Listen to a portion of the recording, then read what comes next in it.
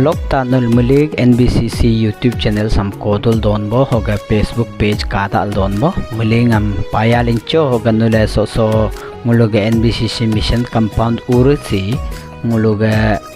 women secretariat ga andar ho si aj oyo nga dodan la hoga galenga hoga ko anyoga je do hap kote donya do hoga nule sam visit mat beka kangam bunga do si nguluga se lanta haga ngala nguluga dukan eganga no lamu anya jab ka kinjitan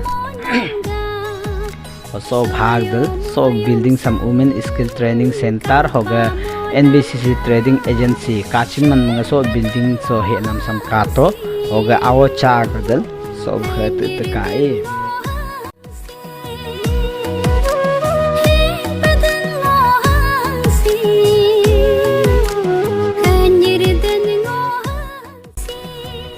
hoga si nyaga kokote nyam kokote si donya do so kato hoga si ko anyoga kote maybe 4-5 years gadu pare 3 years to 5 years hoga si ngulga galenga hoga si ngula rent jidan la si pura so rosi ngula rent jidan hoga nula in case charge ku ho problem hoga dress kuch ku mablin bunga hoga soga rent natka hoga rent nalai ngula marabe jikur to kai hoga samul rent jitin hoga nguluga si candy top se kam do red